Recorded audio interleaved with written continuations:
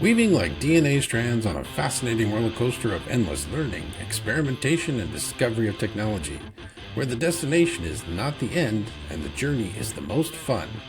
This is the Helical Brew, with your hosts, Mike, Sura, Jeff, and Ellie.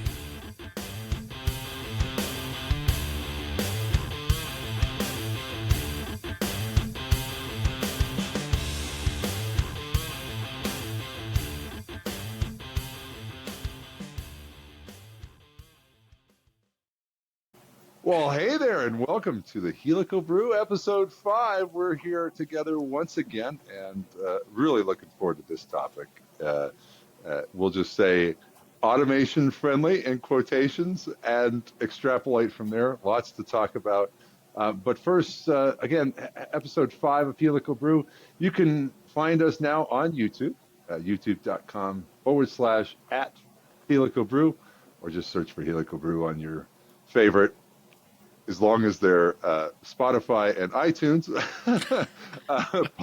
podcast RSS feed locations, the iTunes podcasts or just Apple Podcasts as well as Spotify. You can search us there. Or if you just want to go direct to the Spotify page and not deal with any of that, and it'll give you the option to subscribe as well, you can go to just helicalbrew.com. So welcome to the podcast, and I think we're now shuffled up. I'm home, but we've got other folks on the road, and I'm just going to go in clockwise order here with Jeff and check in on you. How you doing, man? I'm doing great, actually. Busy week, but as I was telling some of my colleagues, I'm using this new app. It's not new, but new app for us called Bookings. So I don't know what sane person actually puts their calendar out and sends it to somebody and say, "Go ahead, put something on my calendar. I don't care." I'm going crazy. I shouldn't be doing this, but I am. So Bookings. Bookings, yes. Consider it booked. I'm now a bookie.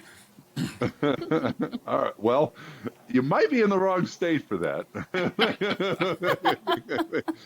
Come over to here to Nevada. All right.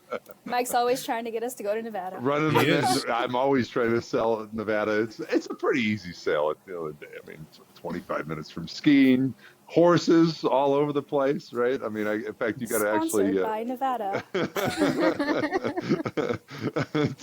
Don't tell anybody I'm on their payroll. The Tourism Bureau of Nevada. No, I think it's like it's just a natural response. You move to some place and you're like, okay, yeah, I'm all in. But I am. So I actually enjoyed the chat we've had over the last week, Jeff, as far as potentially figuring out how to do this mobile. Yes. Podcasting mobile. So details to come. Details hopefully. to come, exactly. But I think that is a fun discussion. I think that would be really cool the next maybe 3 months. Yeah.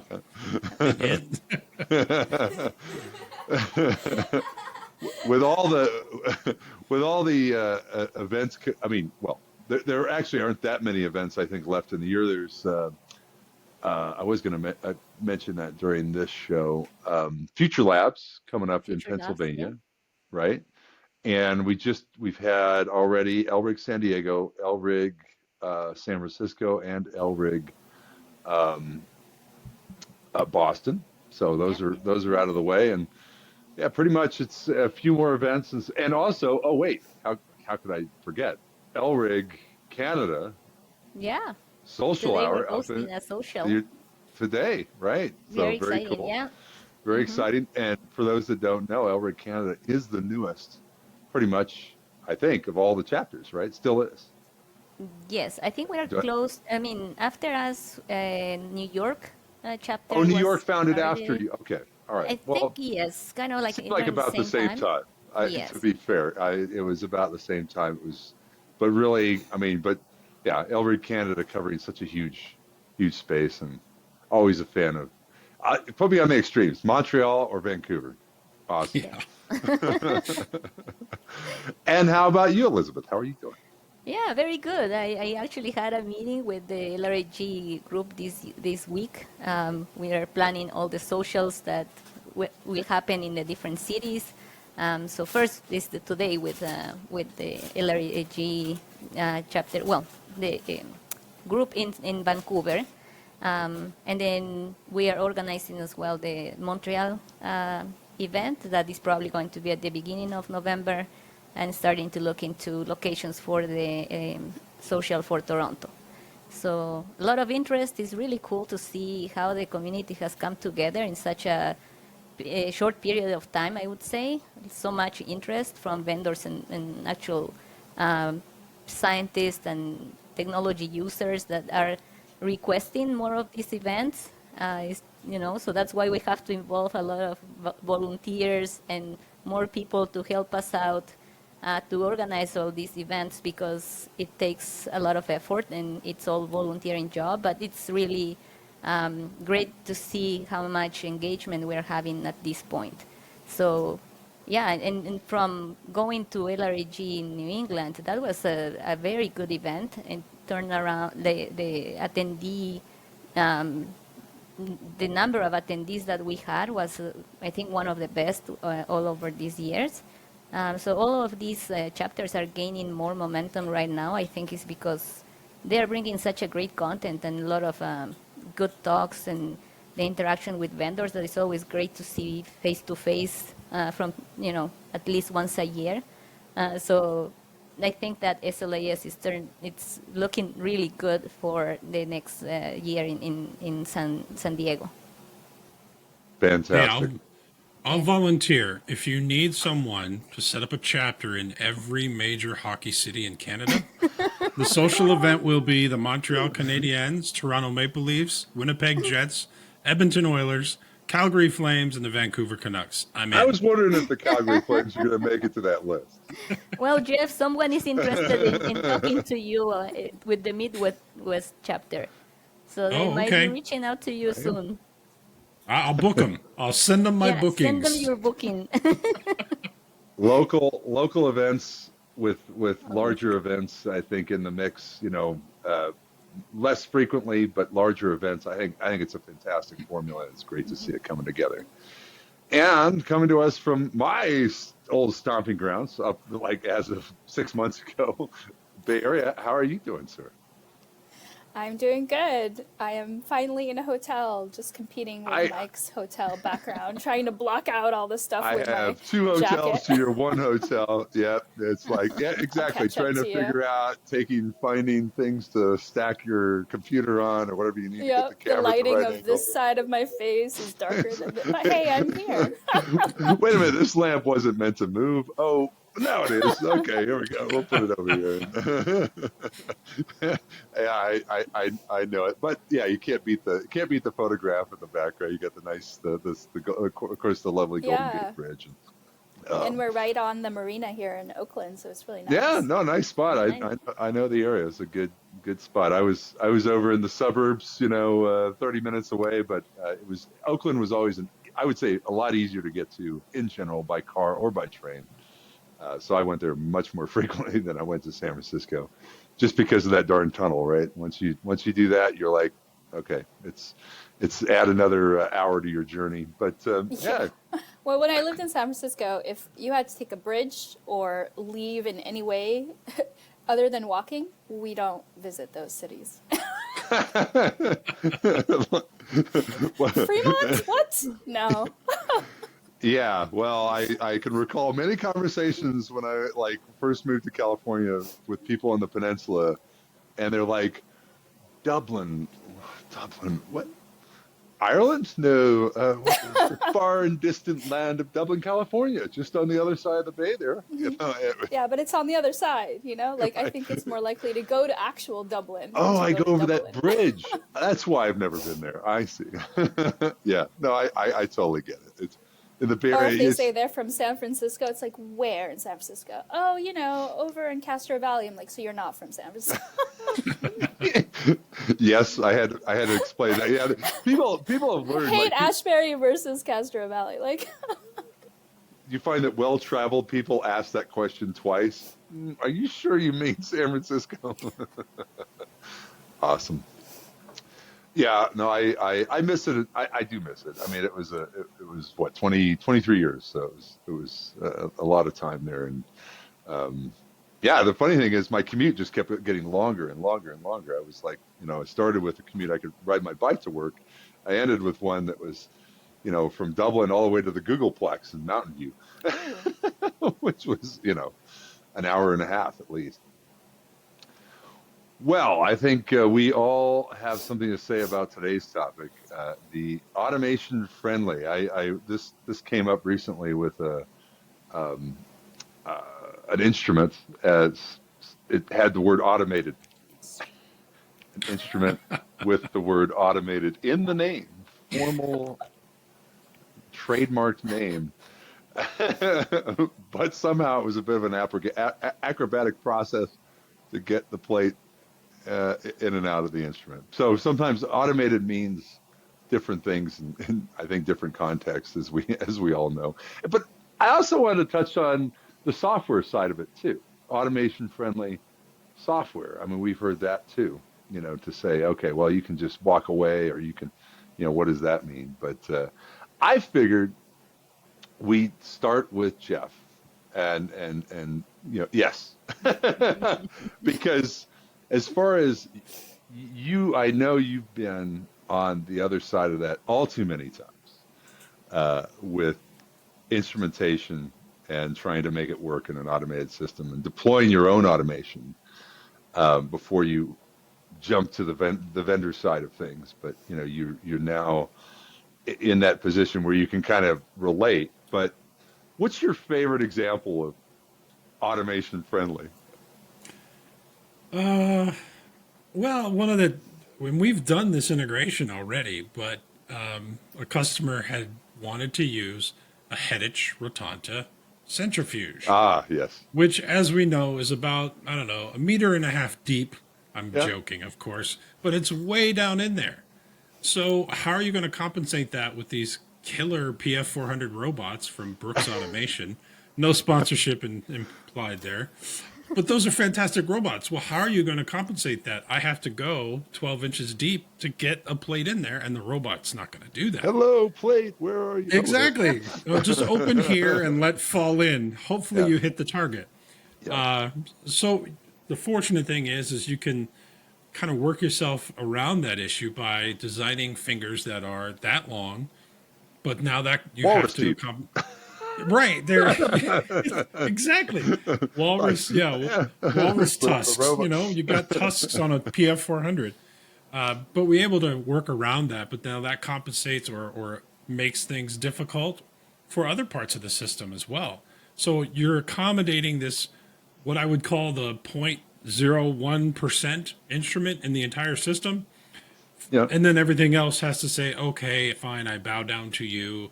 We have to make this change for you in order for this to work, because the customer, that's what they have and they would like to use it. No one wants to spend another $25K, $20K, whatever, on a new centrifuge. So automation, quote unquote, friendly. We have some instances where vendors have done a great job and they understand that, yeah, you can use this standalone, but there is that possibility that it is going to be automated. The one thing that drives me nuts is people have these instruments, fantastic, but then you contact the vendor and say, hey, we've got a customer that you sold this instrument to that now wants to integrate it into an automated platform. I need an API. Well, we don't have that. Well, suddenly your machine is not automation friendly. I didn't realize that the vendor was thinking automated human robots. That must be what they were thinking. So dress everybody up as a PF400 for Halloween and just make them move around the lab. Yeah. Yeah. No, that instrument, in all fairness, the physics of a centrifuge that's cooled at that RPM, it's hard to make it something that's you can put a door on the side of. I know with the high G, for example, it's a little more friendly, but it's also not cooled, and it's I don't think you can go quite the RPM of that. That definitely is. Actually, that's a good way to start. I mean, standout instruments, where you've kind of had to overcome challenges. Sura, you have an example you can think of just one that maybe not quite as easy as or as advertised. And keep in mind We were that talking about centrifuge this that he earlier. mentioned does have automated in the name, right? Yep, yep, yep.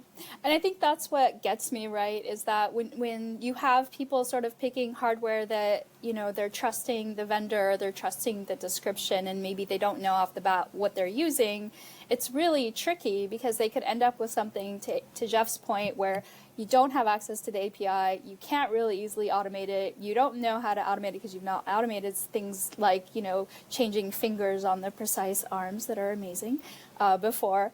Right? So then it becomes this like black box that you're trying to sort out. So it's really unfortunate that that happens.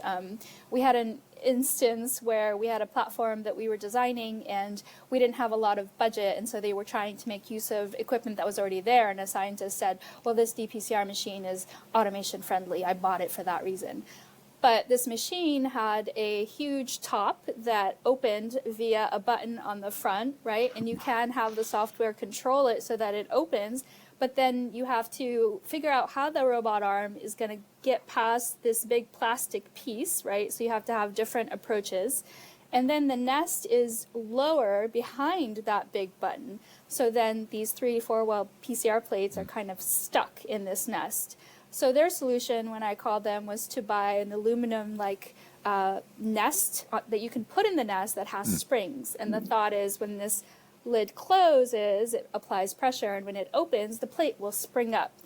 Doesn't matter, you know, what surface tension can or can't do to the liquid inside, but they were saying that those extra millimeters of spring are going to allow us to grip the plate. Not really a place you want to be, right, when you're looking at an automation-ready dPCR machine.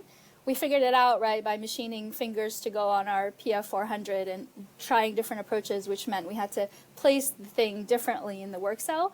But it was one of those things that it's like, had, you know, the vendor really thought about automation-friendly components and nests, right, they might have designed it differently. And that's what's, you know, the disconnect between what's possible, right, in automation and what hardware is available at the different price points, because it might have been the most budget-friendly offering that they had, and they had another offering that was one of those that you'd expect where the nest is presented to the user, to the robot. That's much easier to automate, right?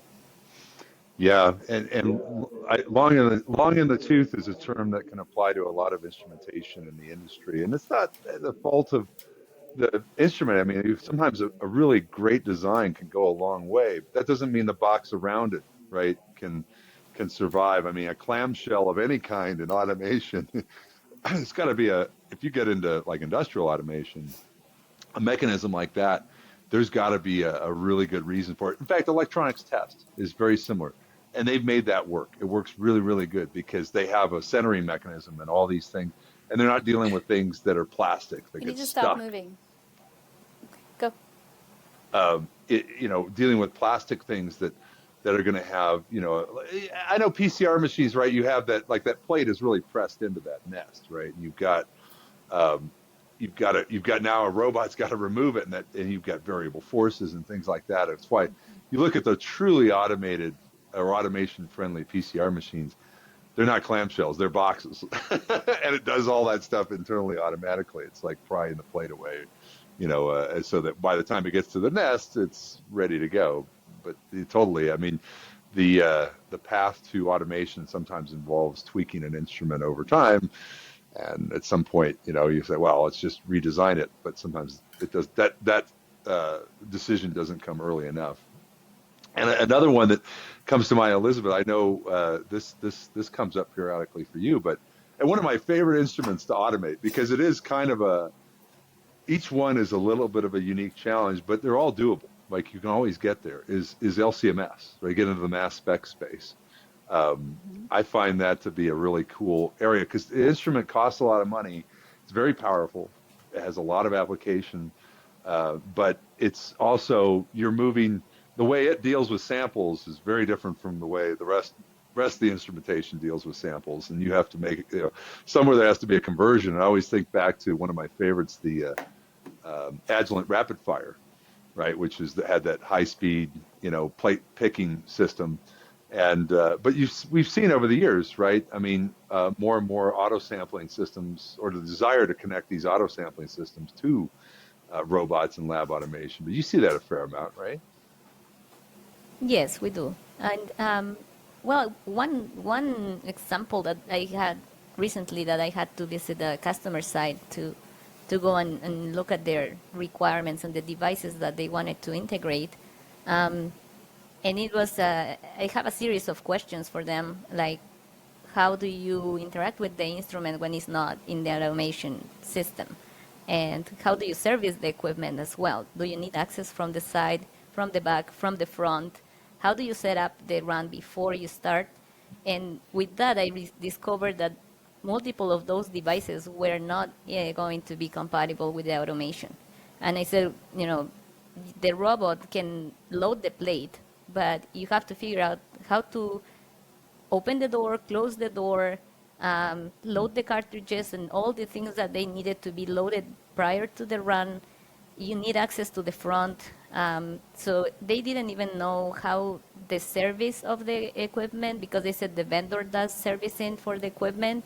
I said, but yes, we need to know what side of the instrument you need to have it open for the vendor to do the servicing. Because if we block it with other devices, then you're going to encounter a big problem, because you're going to have to or put it in a shelf that can be moved out of the system.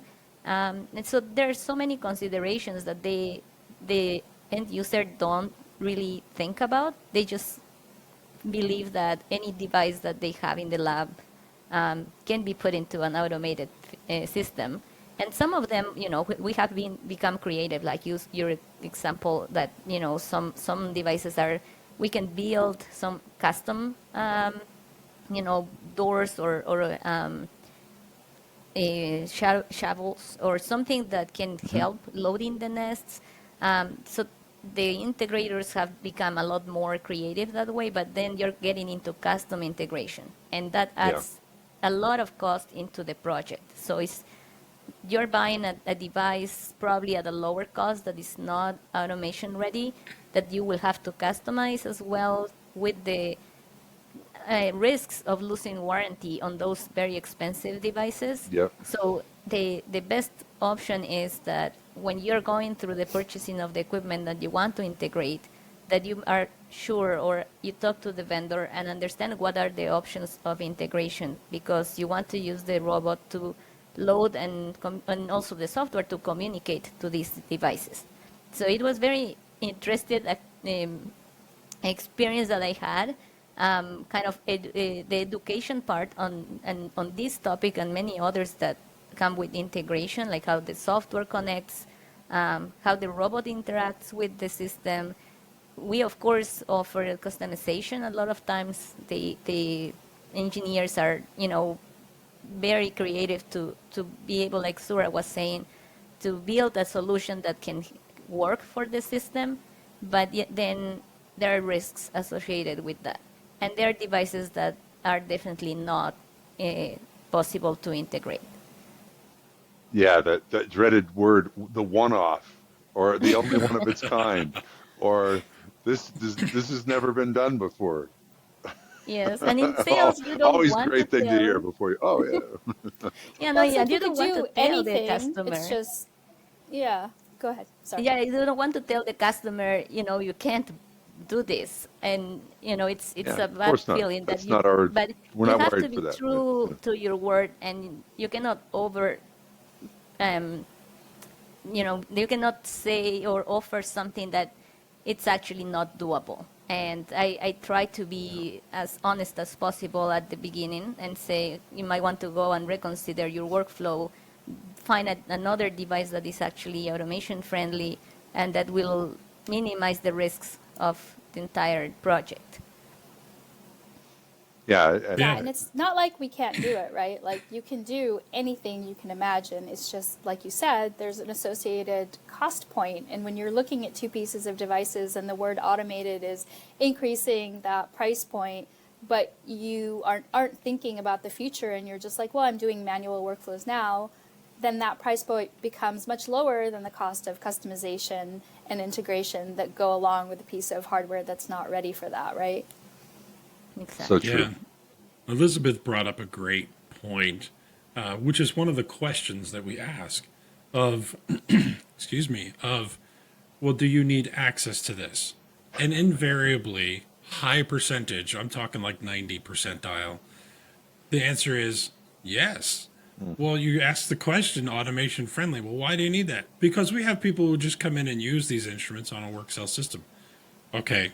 I think that's defeating the whole purpose of automation friendly of, yeah, you can people get to touching it, but is not helping your automation friendly cause here. no, you're slowing down the whole process. So yeah, it can be easily accessible because it has a drawer that comes out, the plate sets it down. Yeah. But now you got people we got it on some sort of customized shelf that they pull out, and now they're messing around because they don't realize that the system's being operated and it needs that device. So it really, it's a different learning curve, I think, in our industry than what other industries have learned over the years. So, But I mean, that's why you work with a reliable integrator, right? Because they can ask you those questions of what access do you need? Because I've customized a lot of our designs so that it can be people and robot friendly with triggers that alert the system what state it's in. But that's not something that you think of right off the bat if you don't work with like an integrator or have an automation team that's done this a lot. To your point, that just keeps escalating to what you said to your leadership team that this project is going to cost. Yeah. Yeah, definitely. Yeah, when they see the creepy figures budget. of how much, then It's like, sure, I could do this, but they don't actually let us into the API, speaking of software. So if they don't let us into the API, this is a very popular colony picker that Elizabeth is familiar with, right? It's such a high price point to even try to work with a third-party vendor to have a schedule or trigger it, and they don't allow it to be like open in any way for anybody else to mess with. Like, that's also a hindrance, even if you can unscrew the back and have the robot arm reach in. right. And that's the thing we talked about before as well, I think, in the previous episode that we were discussing that the vendors, they sell you the equipment with the, I'm saying that it's automation friendly, that you can integrate it, but at the moment of doing the integration, it looks like, oh, you need another module to activate that automation, the capability of automation.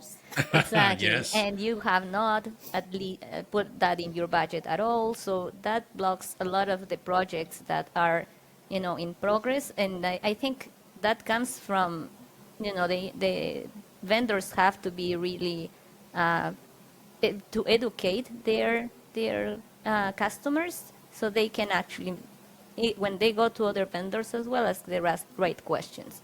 And that's something that we do a lot with our customers.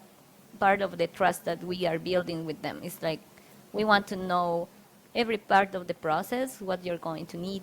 And if you require like, a specific labware that needs to be, because labware is another thing that most of the times they don't disclose that information until you realize, oh, it's a piece of labware that needs to have custom fingers, so you can handle it. or the labware is exclusive to us, so you have to I was buy just from gonna us. say that. It's like, oh yeah, you can Corner the buy our market. system, great. It's $250,000. Oh, but we forgot to tell you that you can only use that piece of labware, and you've only had your assay validated for 10 years on all the labware you've been buying for the last 10 years. Wait a minute.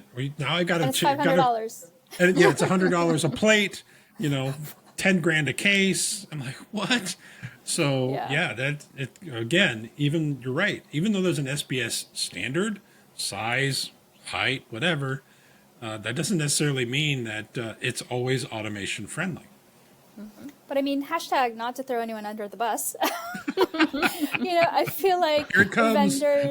Right? I feel like what you see a lot in these areas are people making decisions on what to buy, and you're kind of, and I think I've said this before, at the whim of the best salesman, right? if you don't have that requisite knowledge, if you don't have that kind of what will my system look like in a few years or how will it grow with me? Because I don't know about anyone else, but I don't want to spend a ton of money on something that could do this one assay, right? I want to be able to use these pieces of equipment to do other things and other workflows. So I think on top of the vendors educating like the people that are coming to them, it's also like making that decision to involve an application specialist to really have like an RFI that you can understand what the customer needs are, just so that you can have that trust and they will come back to you because you've shown them the right way to build.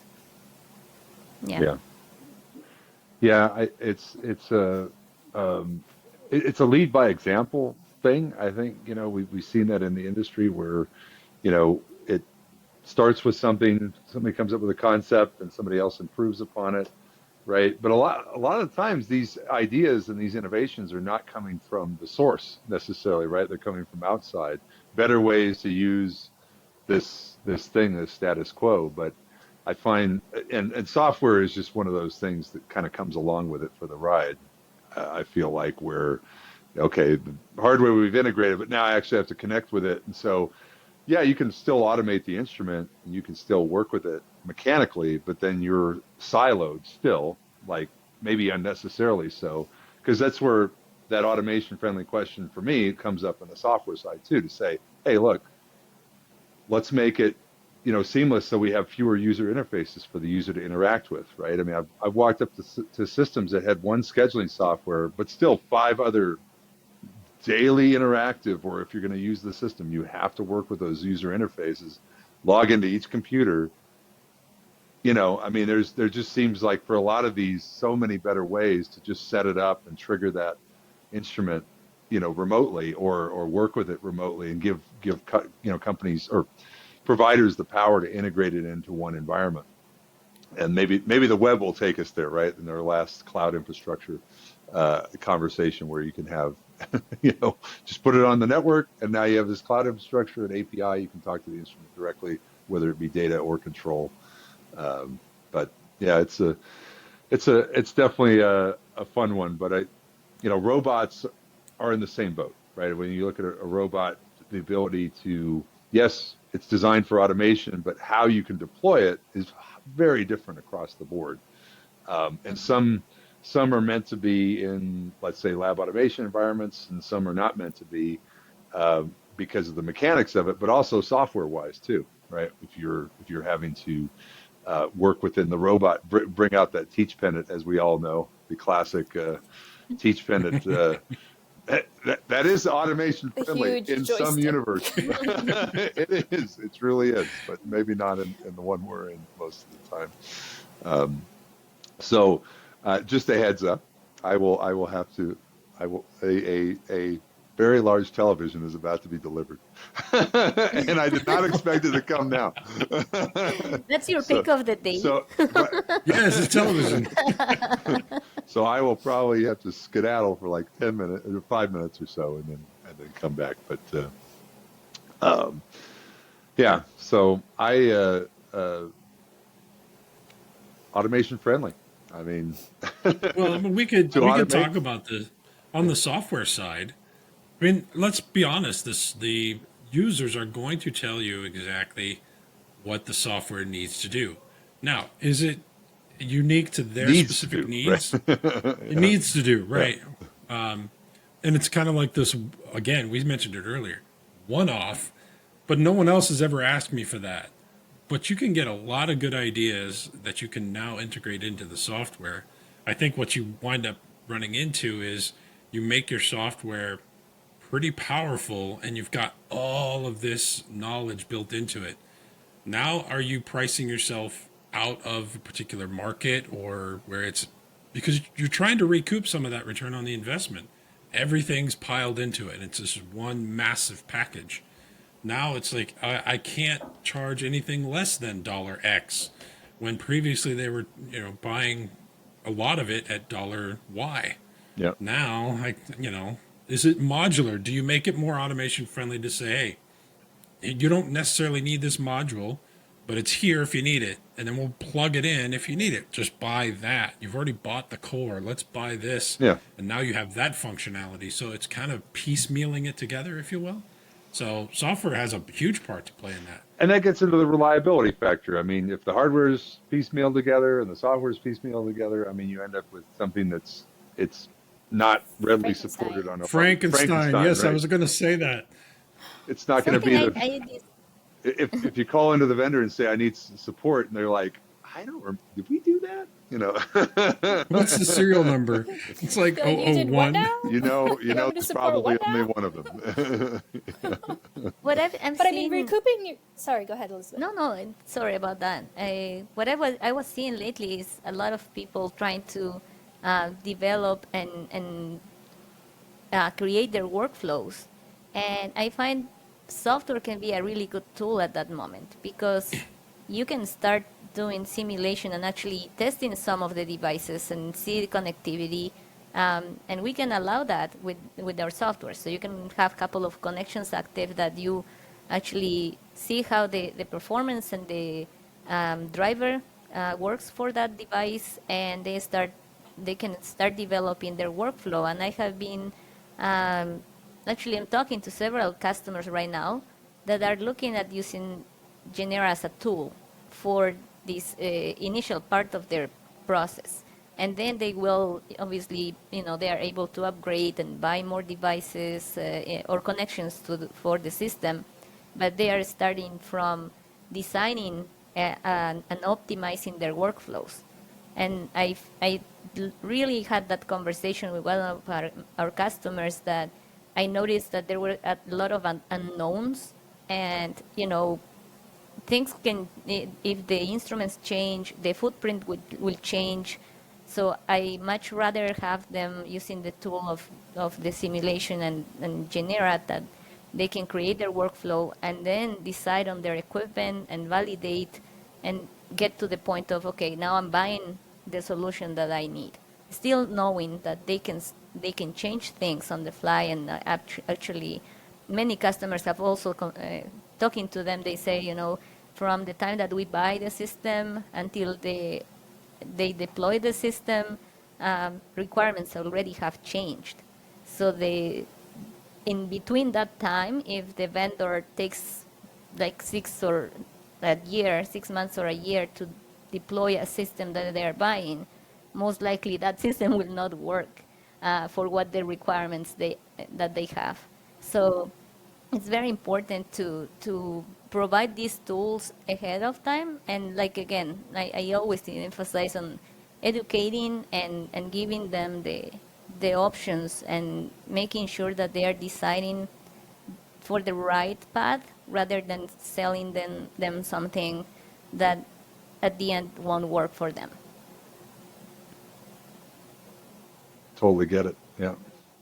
Yeah, it's the matching expectations to what you can do and what you can provide that's the secret secret to success, I think, in our business is to give the customer what will work and not necessarily, which may not match initially with what is desired. I mean, but that's part of it. The ambitions of automation are also what drive it to the next level, to do the next thing. And a lot of those ambitions come up in those early discussions to figure out what they want to do next.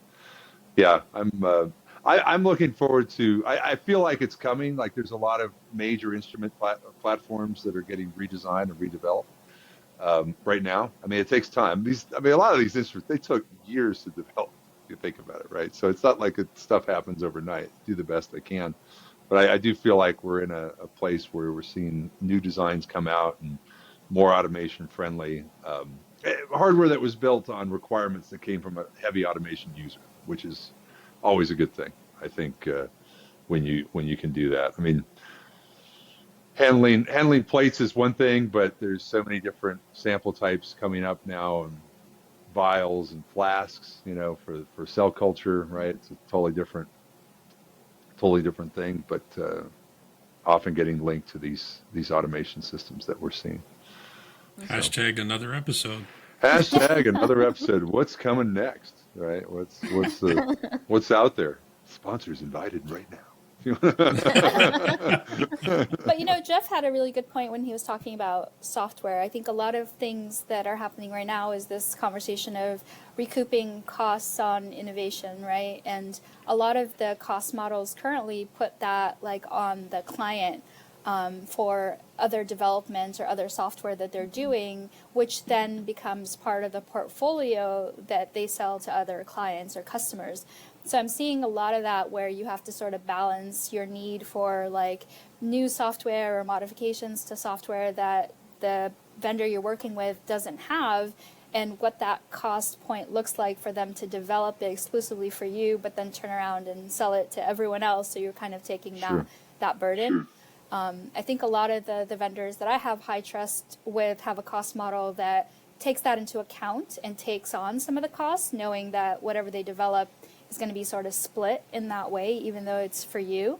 If it's an instrument that they can project other people using. If you're, using an industrial paint shaker in an automation lab, which we did at my last company, to do, intense agitation before you kind of use that in an automated system, that might not be something that the vendor always has to like work with. So that driver development might be just on you.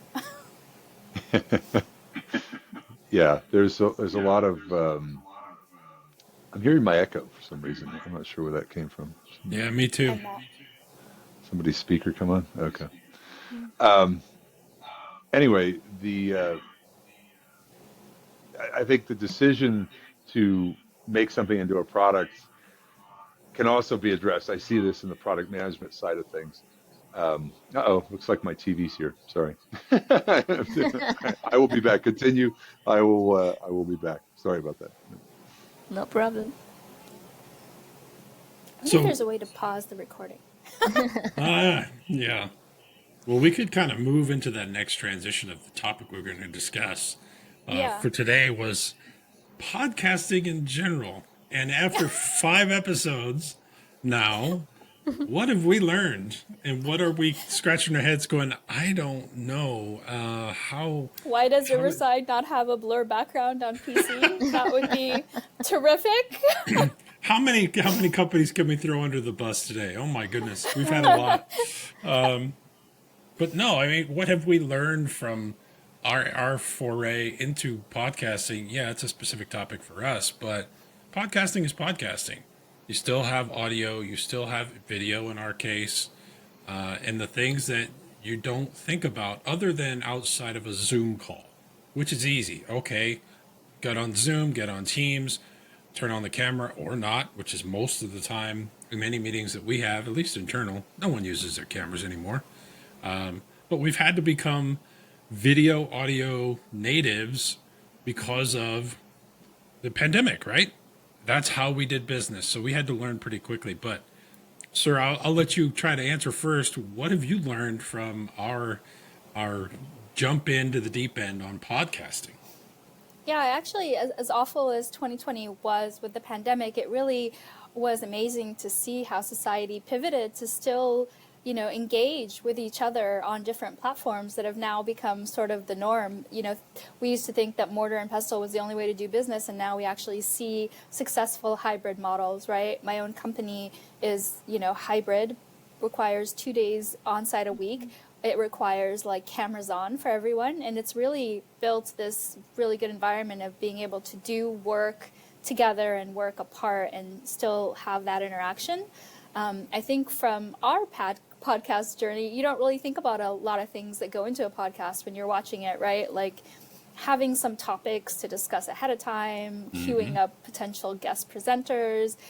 Us 4 are all over the United States and Canada, and we've managed to come together every week to have these amazing discussions with little, hashtag throw you under the bus, preparation, We're international, baby. We're in Canada, too. Yes, of course. Right, and we've managed to be on all these different platforms that are easily accessible to anyone. My daughter can access YouTube, and, people that are like used to Spotify can access it there. So it's been enlightening in that way, but definitely, Mike's earlier point of where can I set up my phone, stand so that I can put it in frame is definitely things you never thought about.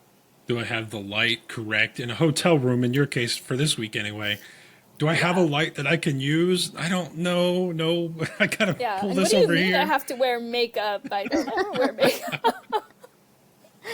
Well, I think Oh, that one of the biggest lessons is, sometimes you want to have everything ready and the setup and everything. We are learning as we go, as people know that we have had, issues with connection and sound and everything, because we're Hashtag thank learning. you. But I am very thankful that we started because the conversations that we've had are very valuable, and we see engagement with people already in our network. Um, and we will definitely improve as we go, as we learn, but we will want participation from the public that hears us and tell us what do you want to hear from us, like more content wise, like what will be a good discussion topic for to bring somebody else as well into the conversation. I know, like usually, you podcasters have a whole setup, a studio and audio and everything prepared, a team, a team.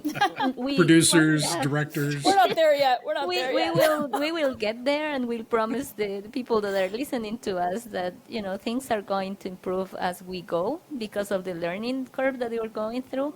But at this point, what I'm very happy is that I see that there's already engagement, that we have people that are listening to us every week or as we release the episodes, and then we are also trying to improve ourselves depending where we are, and we have to be flexible because we are a team that are traveling in different locations at times and different cities with different kind of internet providers. Hashtag Rogers. Rogers sucks. Throwing it under the But you know bus. what I like also is it's getting us to think, about all these things that we take as thoughts in our heads throughout the day now become like interesting topics that we might want to share right on this podcast. And we think about like different segments that might involve our viewers, right? Like I would love to have like a live Q&A session at some point in the future. Those are all things that came out of this inception of the podcast. Yeah, Welcome you, back, Mike. Hey, I'm Yeah. back. It's 65-inch OLED. I can't wait. Only 65. You'll have to show it to What us are you along talking the about? way. Only 65. What? Mine's bigger than that. I'm at That's another 75, hashtag, dude. Jeff. 75. Send it back. Yeah, I dude. thought it was.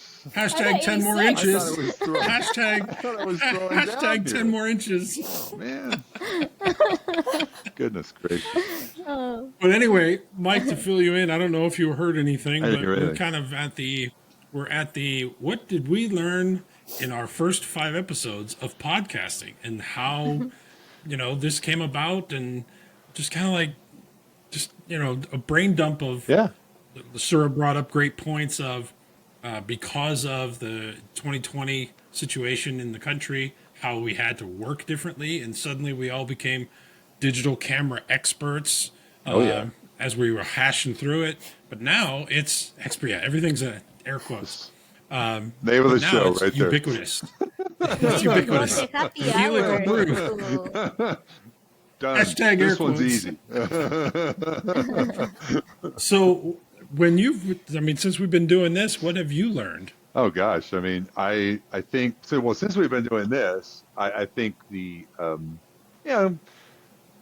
just studying the style of podcast and absorbing some of that and trying to reflect some of that in the podcast itself. I don't think we kind of knew what to expect, but we kind of didn't know what to expect as we got into this. Turns out, I think I speak for everyone. We're having fun. And Yeah. I think Yeah. we are, it's exciting to put the headset on and do the next podcast. But yeah, just it's a learning experience, getting better and better at it. We've obviously been navigating the slalom slopes of Riverside.fm and its caveats and weirdness and figuring out internet connections and things like that. I feel like we're finding our way there and on the technical part of it. But yeah, it's now evolving the style of the podcast and bringing other folks on. That's going to be another big step, I think, is having somebody else Yeah. on as a The guest guests. Yeah. to see that. But Yeah. yeah, it's been really a lot of fun, just from episode to episode, and what time I can put into it, figuring out Riverside, and how to like propagate things. I'm also learning about some of the other services and things like that, and how they're limited as far as oh, just one second, sorry. We should do that guest episode with like a really like deep, dark voice. The interview. Well, Yeah. That won't scare anyone. I think to both of you, I mean, Sura, you bring up a fantastic point. Now, we all know that because I listen to him, and I'm sure you both do as well. Mike, I'm sure does. We know he does. Podcasting has become the ingestion of information of choice for younger generations, even me. I'm not the young guy anymore, but it's still, I love the video side of it. I can sit and watch it as opposed to earbuds in and walking around the house listening. I need to see those people interacting, their facial expressions. I get more through here than I do strictly through here. That's what I do when I watch. So that's the human connection. We still manage to get it. So if you're on a call with a colleague, I can see Sura's face and how she's interacting with maybe things that we're talking about, like, oh my gosh, wow, I didn't even think about that. As opposed to just, SH on a screen in a circle. I don't know what she's thinking. She could be giving me the double barrel I middle also fingers. gesticulate a lot. Right. And she talks with her hands like this a lot. She's Italian, huh? That's very good. But Like reading people, when you are looking at them, is a different thing as if you were just hearing their voices. So right. it's And for I think sure. what we realize too is we're not resident experts. We've done a lot of stuff. Collectively, yeah, there's a lot of knowledge of stuff. But now it's really creating a community that I don't think's been done before. And if we wait, like you said, Elizabeth, if you wait to do it for the perfect time, you'll never Yep. do it. It's like having kids. Well, I'm going to wait until this exact time. You're never going to have children. So here it is. This is our child. And we just went and did it. So here we are. Plus, you get into and out of your own comfort zone. Speaking may not be the best thing for somebody, but because you're on a podcast, you got to say something. True. But you And get more comfortable with one it. thing I noticed from the comments from when we posted on LinkedIn was that the comment of that we show the passion that we have for this industry and the topics that we bring. So it's great that even through the screen and our conversations, they can tell how much we care about the industry. And also, we want to engage and increase our community and bring, like you said, guests and topics that are really relevant at this time for the laboratory automation community.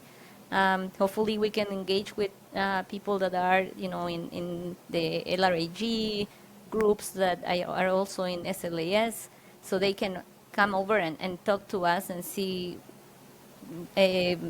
expand the thoughts on what else we can do with the podcast. So it's actually something really valuable for everybody that listens to it. We'll have our shirts by then.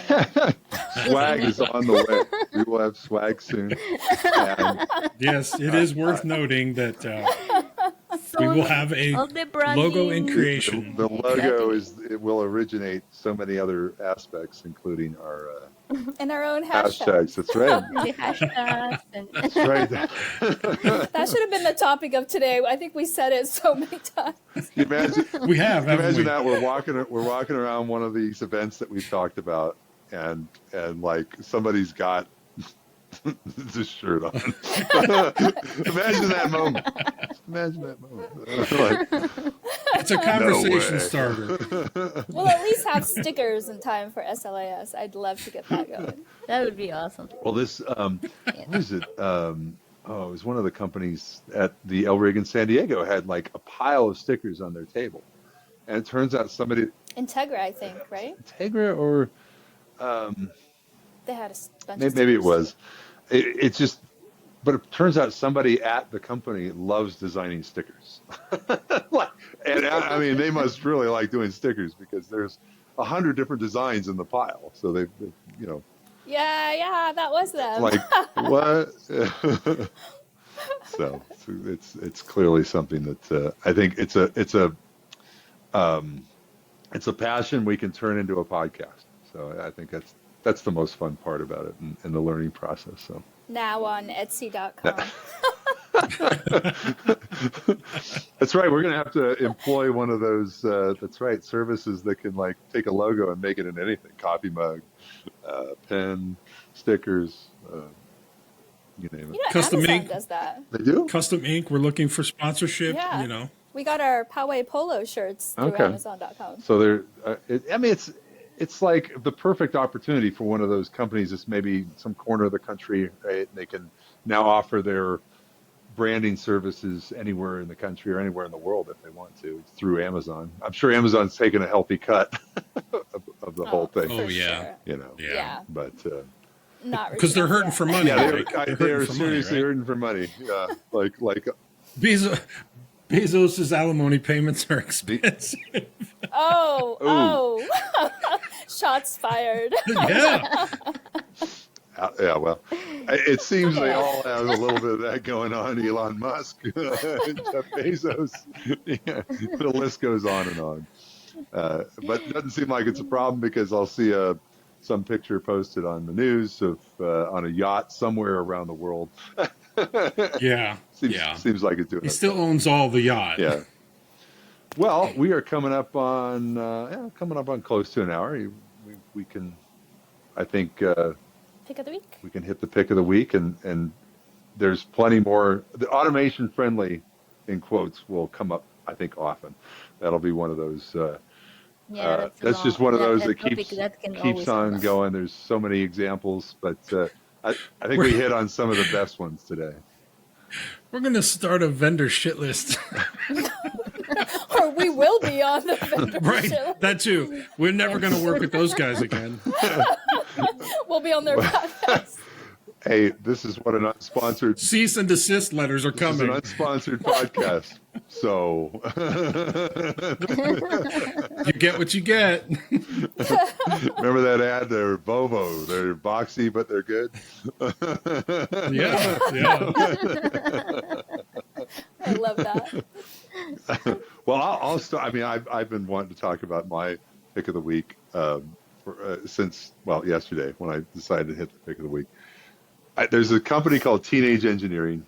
See here, it's out of Looks like a Stockholm, robot head. Sweden. Yeah, and actually, you're right. It does kind of look a lot like these two could probably cover for each other. They're family. They might actually be able to cover for each other. I don't know. They're related. Maybe it was meant to be up here.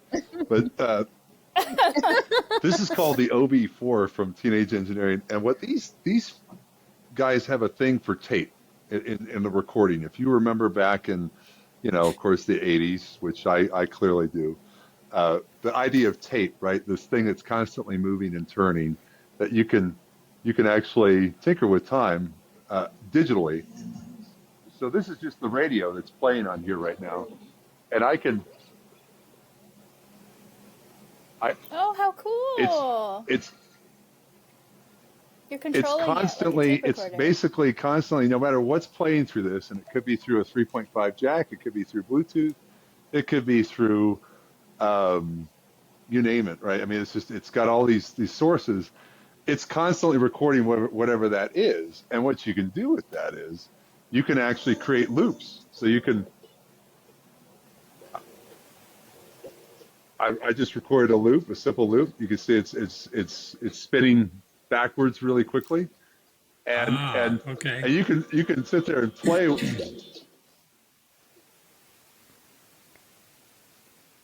with whatever you've recorded, whatever's in that memory. You can just sit there and manipulate it, right? With that, and That's it's speaking of like user interface. Now this isn't necessarily automation friendly, but this is human friendly. It's 2 buttons, a knob, and a wheel. But all the looping and the playback stuff you can do with it. You can entertain yourself. I mean, it's fun when you have people over. You can just sit there and say, because I can show them how to do it like that. Next thing you know, they're mixing DJ tracks, right? They're using some, maybe something with a lot, bass and snare, hip hop track, and somebody's cutting together something. Anyone can do it. It's not like one of those big professional DJ rigs, but I saw the video for this thing. I'm like, okay, a couple years ago I had to have it, and I had it packed away, and so it's the OB4 from Teenage Engineering. It is pricey. So on the other podcast we kind of used as a practice or something to watch beforehand. You remember the Mac Break Weekly from the Twit Network. One of the hosts on there has a unit of currency named after him. It's called an Alex. Maybe we should have a mic. One mic is $100. This is 6 mics. This is 6.5 mics.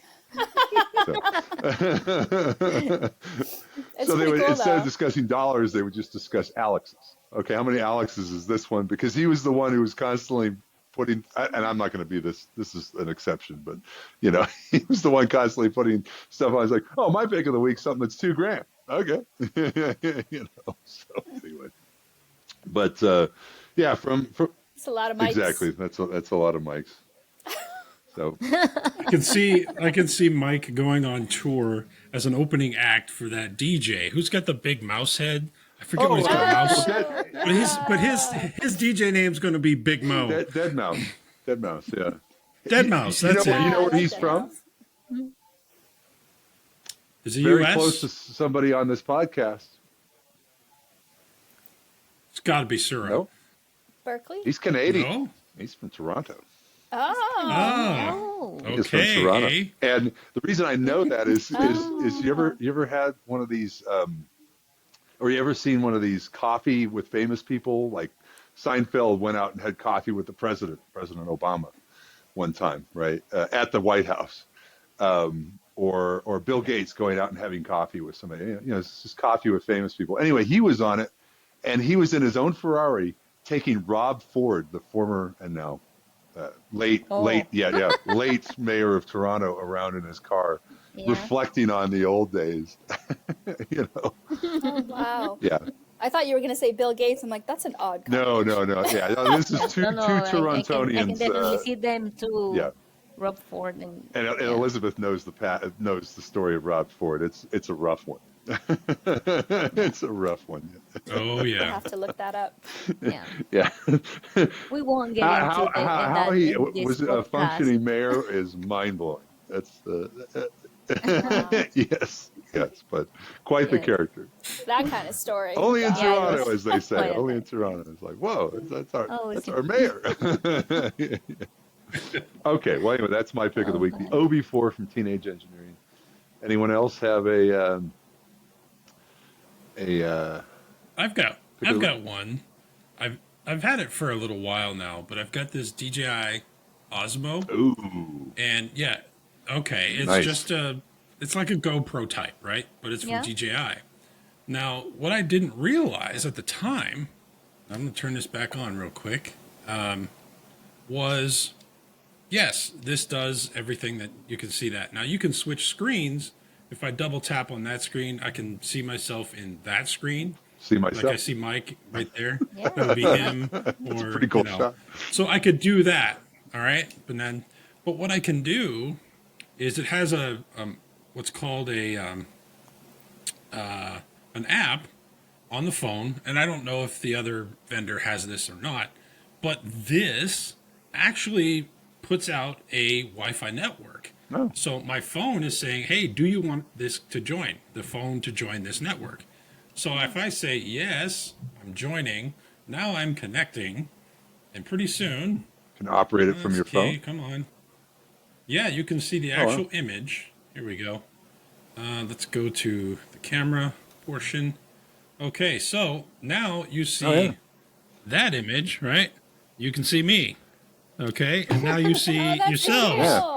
Okay. You could truly put the camera in an action too dangerous for me location if you want. And run it Right. from there. And if I want to, Wait, Jeff. Yeah. Jeff. Is that you? Is that me? Who is that? Or is that you? You? It's like the Oculus where you can see what the person wearing the Oh, Oculus right. can see on your phone. I can go behind my monitor and look around corners and say, aha, Oh, cool. I can see you. Okay. Or behind here, or say, hey. That's cool dad when you're joke trying to plug in the incoming. HDMI cable. Yeah, so, but I didn't realize this. So now you could, as long as you're in close proximity, relatively speaking, to the camera, your phone will pick it up, and you can look across the way and say, oh, okay, I'm doing whatever. So I thought that was really nice. kind of cool. So now I'm watching the podcast with you guys on my phone. See, something like that. I guess we could use a phone too. I could put a phone. I've got a phone tripod thing, but a little tripod like that, and then we set that up on a table in the field. Let's say in the next few months, and then have just a table and one camera facing everybody with their microphone set up, and then record everything, all the audio through the. I don't know. We might be able to get the audio from that Zoom thing into the phone too. So it gets recorded on Riverside. I don't know. We'll have to see, but Oh yeah, but yeah, a little. yeah. That just got me thinking about that, Jeff. That little Yep. tripod rig that you got set up there. So, well, that I think was a wonderful episode 5. Can you believe that? 5 episodes. I'm gonna We're put veterans put now. episode We did it. 4 out shortly. Veterans. Yeah, but this is the one. And I remember on previous episodes of like Mac Break, there were like interruptions where somebody would have to leave. I was that person, so I'll take credit for that one. Yeah, no, it's like they're like, oh, we'll be there at like 2 to 3. It's like, no, it sounds no, it's not 2 to 3, man. But I'll take it. Well, Still too small. yeah, I'm just saying. 65. How is 65? How big's yours, Jeff? I'll show you the 70. depth of this room. I don't think 75 or more. I mean, that would be. I'm going to measure it and I'm going to send it to the team. All right. You send it see. to the team. I mean, what's everybody else got? Is 65 normal, or is Jeff the exception here? Are you feeling? Mine is. I've got a big one because we are homebodies. I've got an 86. Oh, The neighbors boy. across the street are like, "I'm watching your show." I don't need a TV. I think Mike's feeling a little insecure now. 86. The TV's going back. Seriously? Okay, I'm Literally not going to say it. homebodies. 86. I mean, It's like movies at the house. Binge watchers. okay, there's something not right about owning a TV that has a larger dimension than I am tall. Well, But video games are Because I'm amazing. 80 inches tall. That's That's taller I than bet you, video yeah. games are amazing. On the diagonal. Is it 8K or 4K? I don't remember. Yeah, okay. Either Special way, K. 4K would be enough. Yeah. We should take a picture of you standing next to it and see if it actually measures correctly. Well, yeah, I don't have a good eye for TVs because I measured the one I have and I was thinking, oh, that's like 50 something. No, it was like 40 something. So it's like but the podcast looked great on it. I mean, in the WhatsApp chat, it looked okay. fantastic. I will take that What's same the problem? picture with this thing set up. Yes, Okay, yes. let's do that and share. You wanted me that big on your screen. Now I it's knew like- it. Yeah, right. It was the podcast that did it. You got me. That's true.